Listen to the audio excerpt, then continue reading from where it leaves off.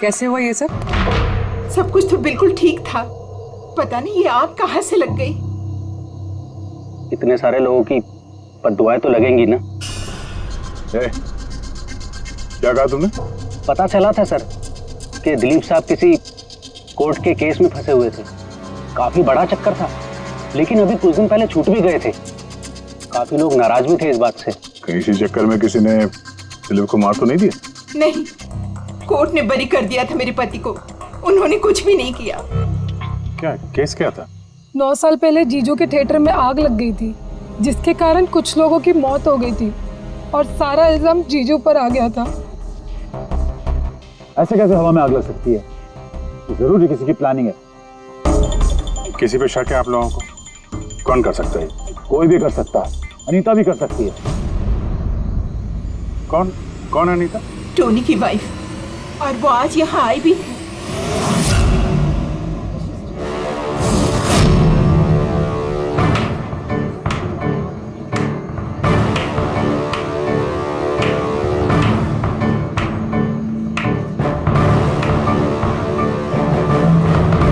अनीता, दूसरों का घर बर्बाद करके अपने परिवार के साथ खुशियां मनाई जा रही है। वेरी गुड, वेरी गुड, वाह। लेकिन एक बात याद रखना, उन लोगों की तरह तुम भी तड़प तड़प के मरोगे। सिक्योरिटी! ए चुप! आवाज नीचे। निकालो उसको बाहर, निकालो! आउट! लगता है तुम दोनों अपने अंजाम से वाकिफ नहीं। तुम्हारा बुरा समय अब शुरू हो गया है, याद रखना। तूने जो किया है ना मेरे टोनी के साथ, याद रखना, इसके बाद तू नहीं बचेगा। सुना तूने? ले जा इसको। तू नहीं बचेगा, नर्क में चलेगा तू। अरे देख क्या रहा है, ले जा इसे। नर्क में चलेगा तू, तड़प तड़प के चलेगा, याद रखना। अरे जा।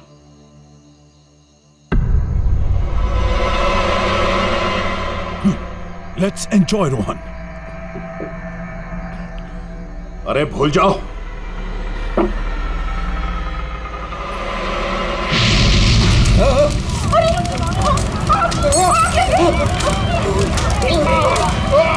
दिलीप और रोहन जिस केस में फंसे थे, उसी केस में कोर्ट ने टोनी को सजा दी थी। अच्छा, किस किस को पता था कि आप लोग यहाँ रेस्टोरेंट में आने वाले हैं? पता नहीं सर। अच्छा, दिलीप जी के आने से पहले इस चेयर के आसपास किसी को देखा था क्या? किसी अनजान आदमी को? नहीं सर, किसी को नहीं देखा सर। ये टेबल किसने रिजर्व किया था? दिलीप जी का फोन आया था, कह रहे थे कि हमारे लिए टेबल रिजर्व रखो। हमेशा यहीं बैठते थे, इसी टेबल इसी चेयर पर। रेगुलर कस्टमर थे हमारे। किसी को पहले से पता था कि दिलीप यहाँ इसी टेबल पे बैठेगा? सर, कुर्सी के पास तो ऐसी कोई चीज नहीं है जिससे आग लग सकती हो। कमाल की मिस्ट्री है यार। सीसीटीवी कैमरा,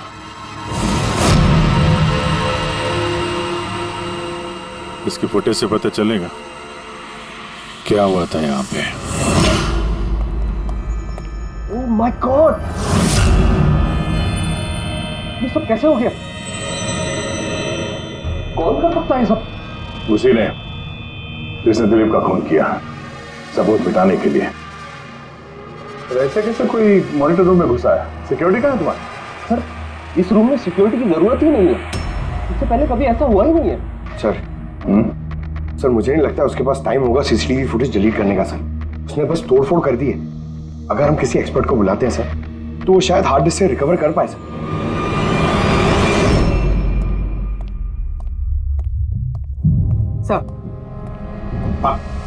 सर 9 साल पहले दिलीप और रोहन का एक थिएटर था जिसमें आग लग गई थी। एग्जिट और एंट्री डोर बंद होने की वजह से इस आग में 12 लोग जल के मर गए। विक्टिम्स की फैमिली ने केस किया तो इन्वेस्टिगेशन में पता चला कि उस वक्त एक गार्ड ड्यूटी पे था।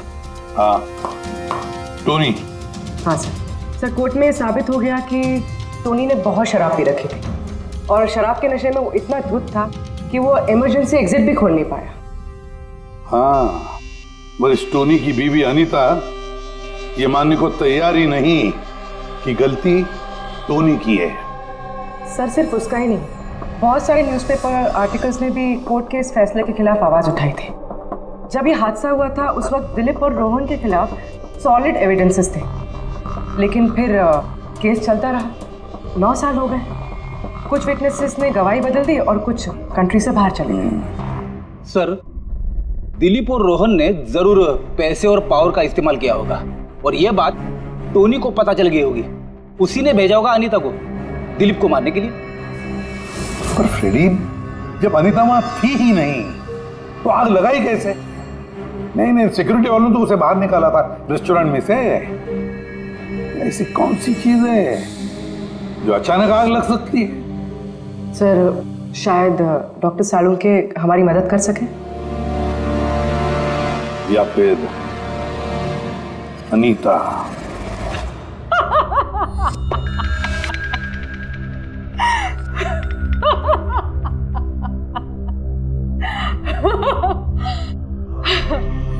किस बात पे इतना हैरान है? मेरी हंसी पे? क्या दिलीप की मौत पे? दिलीप की मौत पे तुम इतना खुश क्यों हो रही हो? अब मैं खुश नहीं होंगी तो और कौन होगा? कल रात रेस्टोरेंट से निकलने के बाद तुम कहाँ गई थी? जेल, अपने पति से मिलने। वार्डन के पास सारे रिकॉर्ड हैं, आप चाहें तो चेक कर सकते हैं। वो तो हम करेंगे, और ये भी कि आखिर तुमने वो आग लगाई कैसे? कोई काला जादू किया तुमने? दिलीप को अचानक आग कैसे लग गई? काला जादू आता तो जरूर करती, पर मैं बहुत खुश हूं। ये दिलीप भी उसी तरह तड़प तड़प के मरा है जिस तरह 9 साल पहले वो बेकसूर लोग मरे थे, जिसकी सजा मेरा पति टोनी भुगत रहा है। तुम ये कैसे कह सकती हो कि टोनी की गलती नहीं थी? तुम तो वहां थी नहीं। मैं वहां नहीं थी, लेकिन टोनी यहाँ था। उस दिन उसकी तबीयत खराब थी। उसने अपने मालिकों से, रोहन और दिलीप से कहा वो जल्दी घर आ गया आग लगने से पहले। गलती उन दोनों की थी। अरे पुराना दरवाजा ठीक ही नहीं करवाया, जिसके कारण वहां आग में वो लोग झुलस के रह गए। मेरे पति की गलती नहीं थी, उन दोनों की थी। तो बहुत गुस्सा आया होगा ना तुम्हें? दोनों को मारने का भी मन किया होगा। 12 लोग मरे हैं वहां। मुझसे कहीं ज्यादा गुस्सा उन लोगों के परिवार वालों को आया होगा, पर वो बहुत खुश होंगे अब दिलीप की मौत की खबर सुनकर। बहुत खुश होंगे। वो लोग और भी खुश हो जाएंगे जब रोहन चल के मरेगा।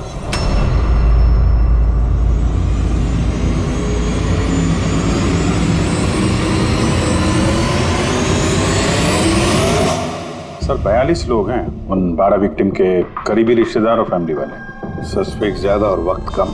सर, सबसे पहले इन 42 लोगों में से उन लोगों के नाम हटा देते हैं जो कल दिलीप की मौत के वक्त शहर में नहीं थे। 9 साल हो गए इस बात को। शायद कितने लोग देश भी छोड़कर चले गए होंगे, और कुछ लोगों की मौत भी हो गई होगी।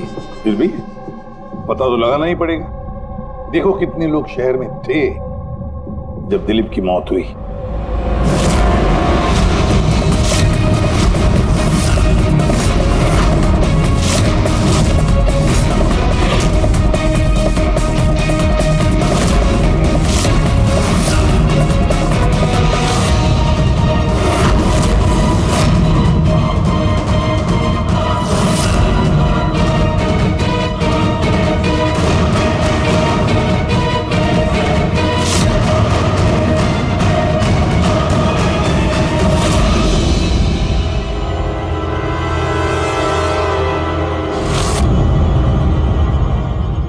हाँ पंकज, कितने बजे? 27 लोग हैं सर जो उस वक्त शहर में थे, और उनके पास दिलीप को मारने की वजह थी।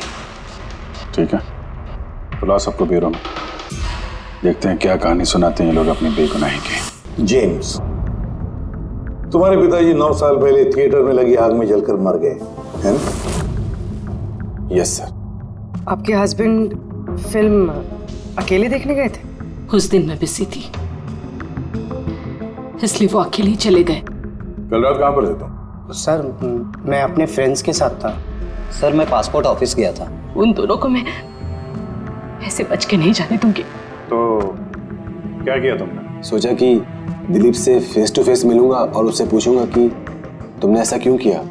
सर उसके बाद मैं अपने फ्रेंड के साथ घर पे गया। मैं अपनी वाइफ के साथ मॉल में था। सर आप मेरे फ्रेंड से पूछ सकते हैं। सर मैं उससे मिलता तो रेस्टोरेंट तक जिंदा नहीं पहुंच पाता। दिलीप को उसके किए की सजा मिल गई। मुझे मालूम चला रेस्टोरेंट से कि दिलीप के साथ क्या हुआ तो दिल को सुकून मिला सर। अब बचा रोहन, उसको भी उसके किए की सजा जरूर मिलेगी। अब इन 27 लोगों में से उन लोगों के नाम रहने दो जो घुमा फिरा के जवाब दे रहे थे और जिन्होंने अपने जवाब पहले से ही तैयार करके रखे थे।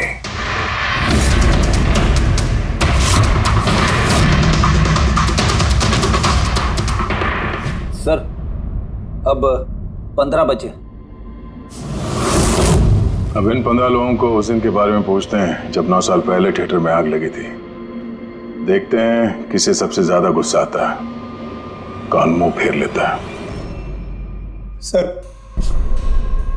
मेरा भाई 10वीं पास हो गया था। उसने कहा पार्टी देनी है, दोस्तों को पिक्चर दिखाना है, पैसे दो।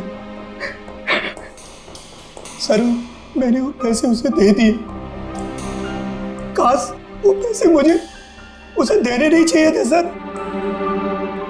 जिसने भी ये किया बहुत अच्छा किया। आज मैं खुश हूं, आज मैं बहुत खुश हूं। कुमार साहब आप यूनिवर्सिटी में फिजिक्स के प्रोफेसर हैं, है ना? Yes sir, head of the department physics. लेकिन मेरे खुद के बेटे को पढ़ाई में कोई इंटरेस्ट नहीं था। बहुत डांटता था मैं उसे, लेकिन अनिकेत के ऊपर कभी कोई फर्क नहीं पड़ा। एक नंबर का बदमाश बन गया था वो। उस दिन भी वो कॉलेज से बंक करके दोस्तों के साथ फिल्म देखने चला गया और सर और वापस घर पे कभी नहीं आया। हिमेश, राइट, कॉन्ट्रैक्टर हो ना तुम? हाँ सर। हिमेश, 9 साल पहले तुम अपनी पत्नी के साथ फिल्म देखने गए थे उस थिएटर में। नई नई शादी हुई थी मेरी। सलोनी के साथ फिल्म देखने के लिए गया था। उसको भूख लगी थी। मैं समोसे लेने के लिए बाहर गया। मैं वापस आया तो देखा वहां के दरवाजे लॉक हो गए थे। वहां अंदर से लोगों के चिल्लाने की आवाज आ रही थी और धुआं निकल रहा था वहां से। सलोनी, मैंने सब दरवाजे खोलने की बहुत कोशिश की। सलोनी, मैंने बहुत कोशिश की। मैं पागलों की तरह दरवाजा को ठोकता रहा, पीटता रहा। सलोनी, सलोनी, सलोनी, सलोनी, सलोनी चिल्लाता रहा। अरे कोई दरवाजा खोल दो यार। सलोनी, सलोनी। लेकिन मैं कुछ नहीं कर सका सर, मैं कुछ नहीं कर सका। अपनी सलोनी को मैं बचा नहीं सका। वहां पे एक गार्ड भी था ना, टोनी, उससे भी दरवाजा नहीं खुला क्या? नहीं था सर। वहां कोई और गार्ड, किसी और को देखा था तुमने? कोई नहीं था सर, कोई नहीं था। मैं 9 साल पहले जो बात कोर्ट में कहा वही आज कह रहा हूं। जब सिनेमा हॉल में आग लगी थी उस वक्त टोनी वहां पर नहीं था सर।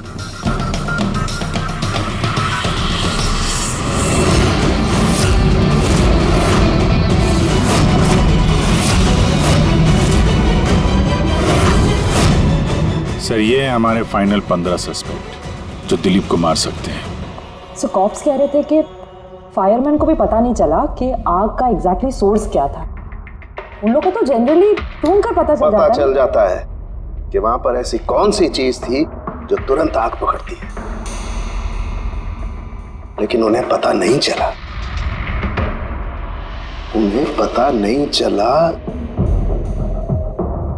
उन्हें इसलिए पता नहीं चला क्योंकि उस चीज की ना तो कोई खुशबू थी ना कोई रंग था। एग्जैक्टली सर, मतलब अगर लिक्विड होता ना तो इस दिलीप को पता चलता जब वो चेयर पे बैठता, उसे फील होता, और अगर पाउडर होता तो हमें टेस्टिंग में पता चल जाता। इसका मतलब ये तो गैस, जिसका मतलब ये गैस है। गैस? तो इसीलिए उस फायरमैन को पता नहीं चला कि किस चीज से आग लगी है। इनफ्लेमेबल गैस बॉस, जिसे सिर्फ एक स्पार्क की जरूरत होती है आग पकड़ने के लिए।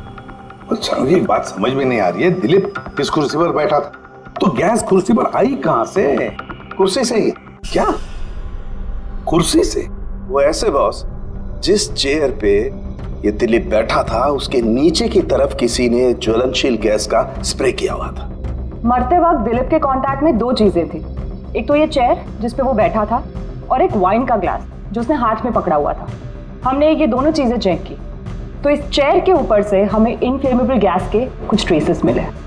बॉस, हमारे आसपास वातावरण में स्वतः ज्वलनशील पदार्थ होते हैं जो कभी कभी स्पॉन्टेनियसली जल जाते हैं, जैसे कि मार्श गैस एक नेचुरल बायोगैस है और ज्वलनशील गैस इसका मेन कंपोनेंट है।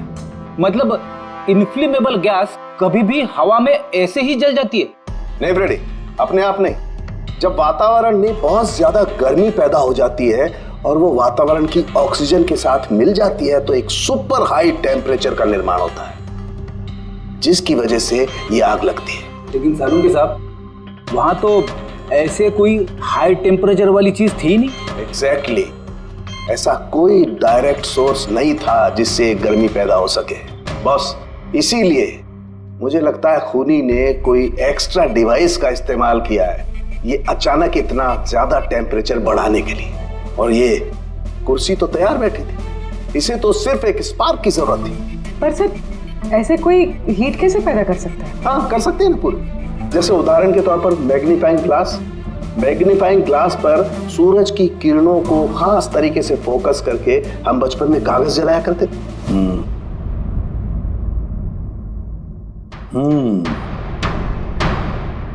लगता है इस रेस्टोरेंट में फिर से जाना पड़ेगा, पता लगाना पड़ेगा किस चीज से आग लगी।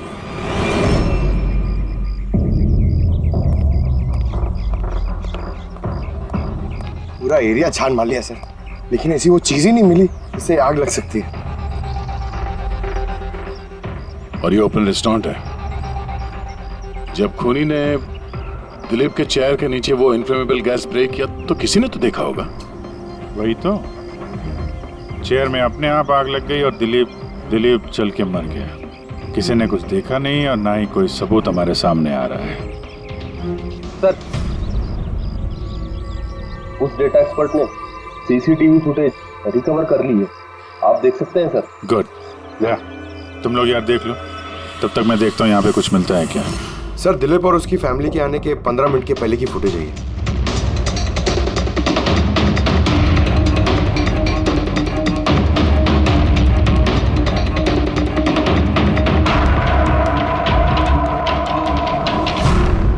ये कुर्सी चेंज कर रहा है। इसका कोई दूसरा एंगल है क्या? इसी टाइम का चेक करो। एक मिनट सर।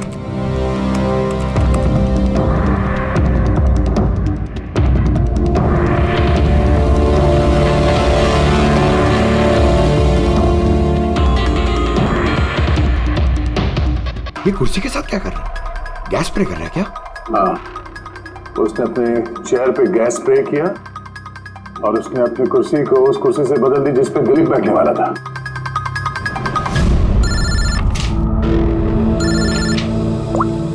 आदा। अच्छा,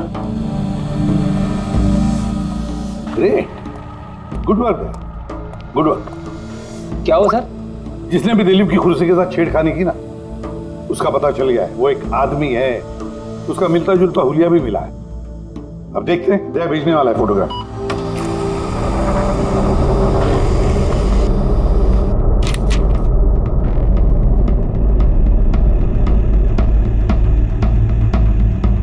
खूनी इन बचे लोगों में से ही कोई एक है। इन्हीं में से एक। और अब इसका अगला शिकार रोहन है।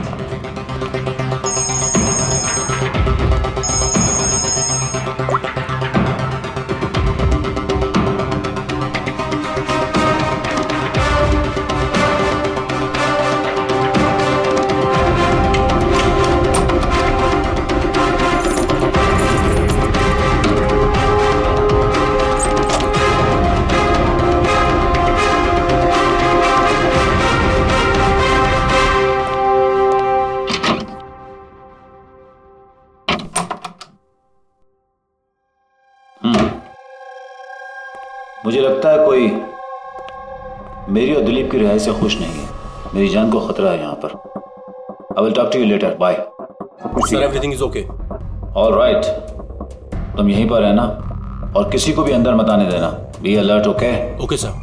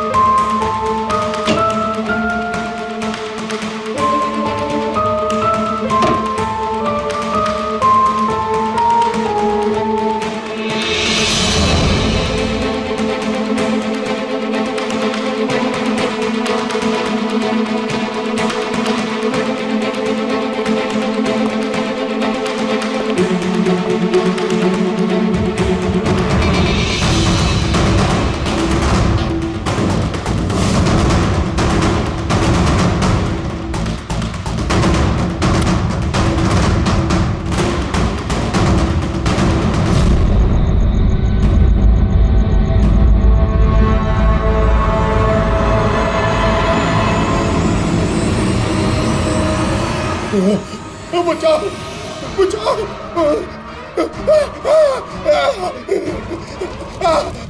बचाओ। परे परे बचाओ बचाओ।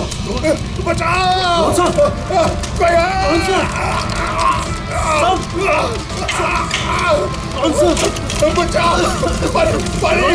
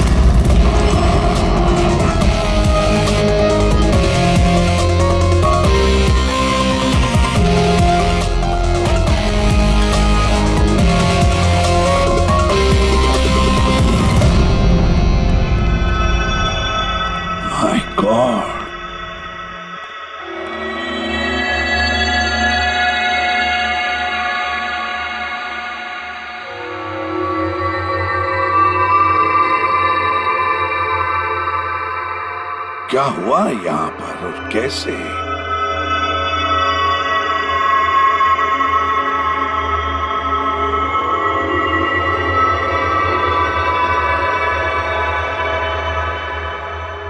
यहाँ पर भी और किसी किस्म की कोई स्मेल नहीं सिवाय इस जली हुई लाश की बदबू के। यानी ये मर्डर भी इन्फ्लेमेबल गैस से हुआ है? शायद। ये सब हुआ कैसे? हाँ? सर मैं रोहन सर का बॉडीगार्ड हूं सर। अच्छा, तो फिर ये आप लोग कहाँ थे जब ये सब हुआ? सर रोहन सर ने मुझे बाहर निगरानी के लिए कहा था, तो थोड़ी देर के बाद सर उनके चिल्लाने की आवाज आई तो मैं उनके कमरे की तरफ भागा, लेकिन सर दरवाजे के चारों तरफ से धुआं देखा तो मैं दूसरी चाबी से दरवाजा खोल के अंदर गया तो देखा कि सर रोहन सर जले पड़े थे। आप लोगों को भी कुछ पता नहीं है? कमाल है, कमरे के अंदर कोई लीड नहीं मिला, शॉर्ट सर्किट नहीं हुआ है, ये पर्दा अंदर से बंद है, ये विंडोज परमानेंटली क्लोज्ड है, कोई बाहर से अंदर भी नहीं आ सकता। अब बाहर से अंदर कोई व्यू भी नहीं है, कोई देख नहीं सकता, तो फिर आदमी मरा कैसे? इससे लगी है आग बॉस।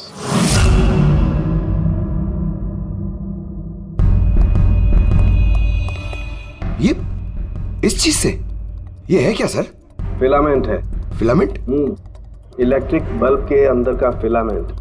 और जब इस फिलामेंट में इलेक्ट्रिक करंट पास होता है तो ये गर्म होकर के लाल हो जाता है। बॉस, खूनी ने भी इसी टेक्निक का इस्तेमाल किया है उस ज्वलनशील गैस को जलाने के लिए। पर वहां रेस्टोरेंट में जहां पर दिलीप की मौत हुई थी, वहां पर तो हमें ऐसा कोई फिलामेंट वगैरह नहीं मिला। बॉस, इतनी छोटी सी चीज है, वो खुली जगह है, उड़ गई होगी शायद कहीं, लेकिन यहाँ तो पूरा कमरा बंद है, इसीलिए पलंग के नीचे मिल गया मुझे। लेकिन सर, फिलामेंट से करंट पास होने के लिए वायर्स का कोई ना कोई कनेक्शन तो होना चाहिए ना बेड तक। होगा, यही कहीं होगा जरूर। तब पूरा बेड चेक कर लिया हमने, कमरा चेक कर लिया, ऐसा तो यहाँ पे कुछ भी नहीं मिला सर। दया, वो दरवाजा कैसा? मैनेजर। Yes sir. वो दरवाजा कहाँ खुलता है? सर, दूसरा रूम है जो इस रूम से कनेक्टेड है सर। अब वैसे ये रूम सील्ड रहता है, इसे कोई खुलता नहीं सर।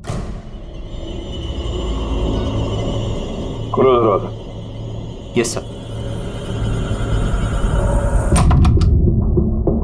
आइए सर।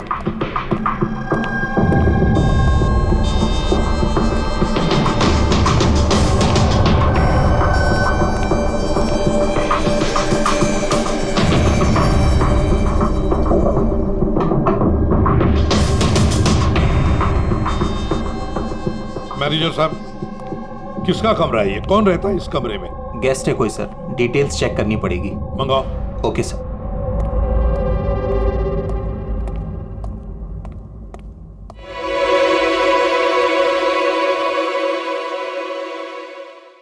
सर, वहां उस कमरे में जो कुछ भी हुआ है सर, वो इसी कमरे से किया गया। लेकिन अगर करंट इस रूम से पास किया गया है तो यहाँ से उस बेड तक कोई ना कोई वायर तो होनी चाहिए ना। और अगर वायर अगर होती तो बॉस रोहन को दिखाई भी देनी चाहिए। हाँ, शायद उसके बॉडीगार्ड ने भी देखा हो।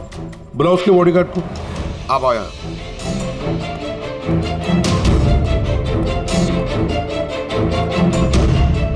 एक बात बताओ, जब तुम रोहन के कमरे में आए थे तब कोई वायर देखी यहाँ इस दरवाजे से उस कमरे में जाते हुए? कुछ भी नहीं सर, रोहन सर के रूम के अंदर जाने से पहले मैंने रूम को पूरी तरह से चेक किया था सर, लेकिन वायर जैसी कोई चीज उस रूम में नहीं दिखाई दी। ठीक है, जाओ तुम।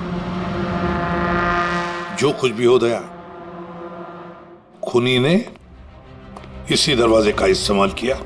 इस दरवाजे से वो रोहन के इस कमरे में आया, उसने बेड पर इन्फ्लेमेबल गैस स्प्रे किया और किसी भी तरह से फिलामेंट को करंट दे दिया। बस फिलामेंट गर्म हो गई और इन्फ्लेमेबल गैस ने आग पकड़ ली, रोहन की मौत हो गई। बस एक बात पक्की है, ये जो कोई भी है उससे इलेक्ट्रिक और केमिकल्स की बहुत अच्छी जानकारी है। प्रोफेसर कुमार, फिजिक्स का प्रोफेसर कुमार, उससे बढ़कर और कौन जान सकता है इस सारे मामले में? दया, अच्छा इस प्रोफेसर कुमार से मिल लो। दया, मैं भी चलता हूं तुम्हारे साथ।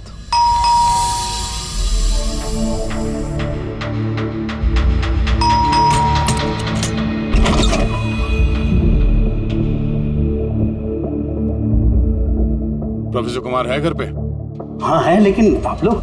सीआईडी सब ठीक तो है ना साहब? हाँ, उनसे कुछ पूछताछ करनी है। कहाँ है वो? बाहर बच्चों को पढ़ा रहे हैं, मैं बुला के लाता हूँ। कोई बात नहीं, हम देखते हैं।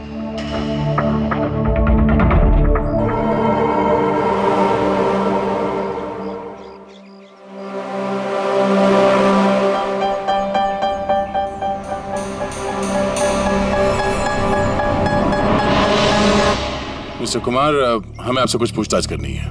पूछिए, क्या पूछना है? इसे पहचानते हैं आप? ये तो फिलामेंट है। गुड, सही पहचाना आपने। आपको पता ही है फिलामेंट हमें कहाँ से मिला? ये तो आप ही को पता होगा कहाँ से मिला आपको। रोहन के पेट के नीचे से। कल रात उसी पेड़ पे रोहन जल के मर गया। व्हाट? रोहन की भी डेथ हो गई? कल रात आप कहाँ पर थे? रात 9 से लेकर सुबह 3 बजे तक। आप मुझ पर शक कर रहे हैं? ये हमारे सवाल का जवाब नहीं हुआ मिस्टर कुमार। कल मैं पूरा दिन और पूरी रात घर पे ही था। कोई गवाह? जी हाँ, मेरा नौकर रामू और विकास। Please come here.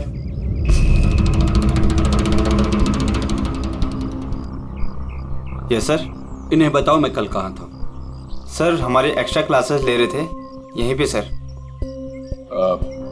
कितने बजे से कितने बजे तक? सर शाम के 6 बजे से सुबह के 5:30 बजे तक। सर हमारे एग्जाम आने वाले हैं ना, तो हमने इस सर को रिक्वेस्ट किया था एक्स्ट्रा क्लासेस लेने के लिए। ठीक है सर, तुम जाओ बेटा। सर मेरे 5 स्टूडेंट्स और भी हैं जो कल सुबह 9 बजे से लेकर 5:30 बजे तक हमारे साथ थे। कहें तो उनको बुला लूं? ठीक है। अब मैं जा सकता हूं सर, बच्चों को पढ़ाना है। Please please. Thank you.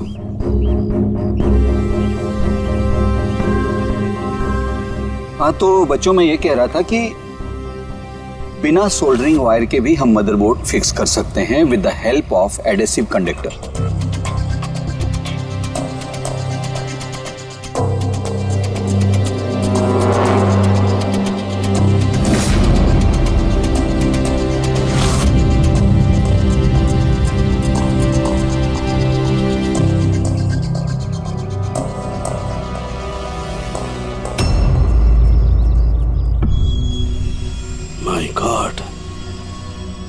My God यार, ये क्या बात? क्या?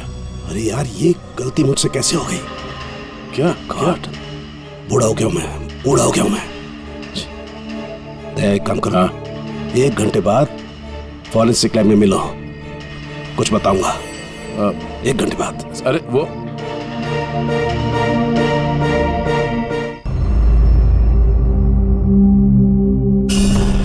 लो बस एक काम करो, इस स्विच से इन बल्ब्स को जलाओ। इस स्विच से? इस स्विच से? हाँ हाँ, इस स्विच से। यार ना कोई कनेक्शन है, कुछ है, कैसे जलेंगे ये? तुम सवाल मत किया करो, कभी कभी मेरी बात भी मान लिया करो यार। कभी कभी। ये ले। क्या सर, ये तो कुछ हुआ भी नहीं। होगा होगा। अरे क्या होगा? होगा ही नहीं। अरे होगा यार, बिलीव नहीं होगा। 1 मिनट। क्या इसकी तबीयत ठीक है ना? हाँ? तो पता नहीं क्या हुआ है, वो जब से वो प्रोफेसर कुमार से मिलके आया ना, बस बल्ब के साथ ही खेले जा रहे हैं। बात बताओ, वो फिंगरप्रिंट्स का क्या रिपोर्ट आया? वही जो फिंगरप्रिंट्स उन्हें होटल वाले से लिए थे और रूम में उठाए थे। तो फिंगरप्रिंट तो बहुत सारे मिले, लेकिन सारे स्टाफ मेंबर्स के ही हैं, उसके अलावा और किसी के नहीं मिले। ये कैसे हो सकता है? तो भाई साहब जरा इधर भी ध्यान दीजिए। हाँ हाँ, ध्यान है। हाँ।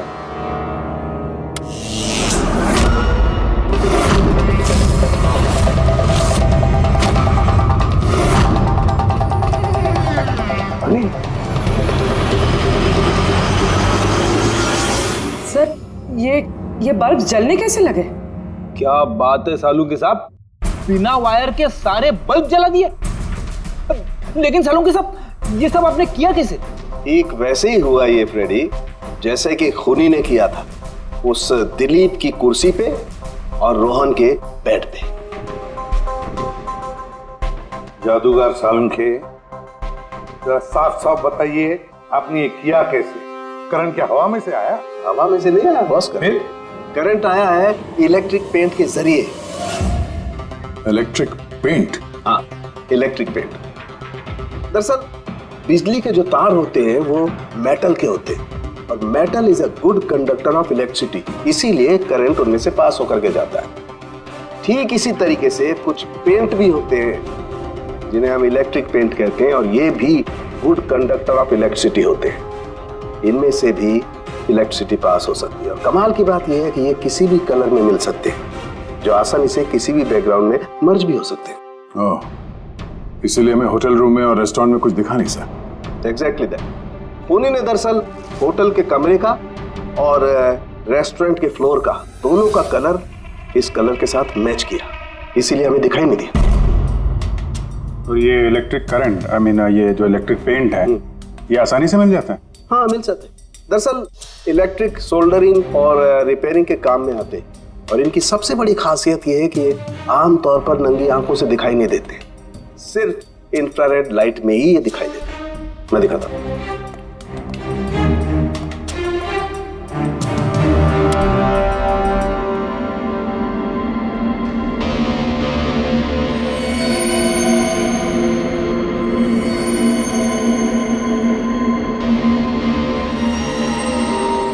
देखा बॉस? हाँ, खूनी ने भी ऐसे ही इस इलेक्ट्रिक पेंट का इस्तेमाल किया और ये सर्किट बनाया।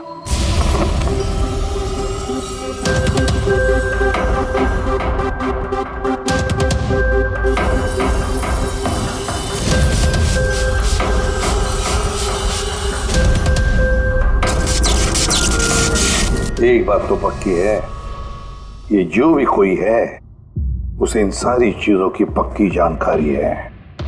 मगर सर, इनमें से खूनी कौन है? इस प्रोफेसर से तो मिल लिए सर, ये तो नहीं है। ये बंसी?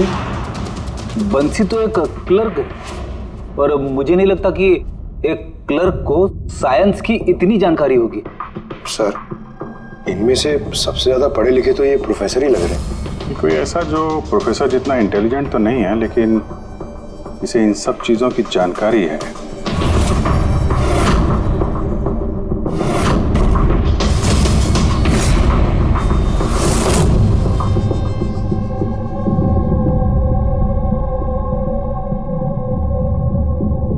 वो ये है अभिजीत, ये है वो।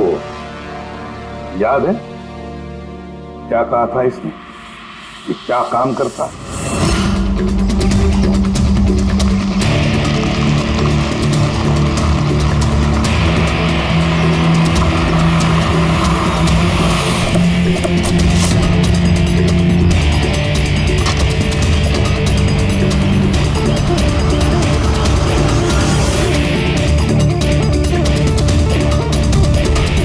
चले ससुराल।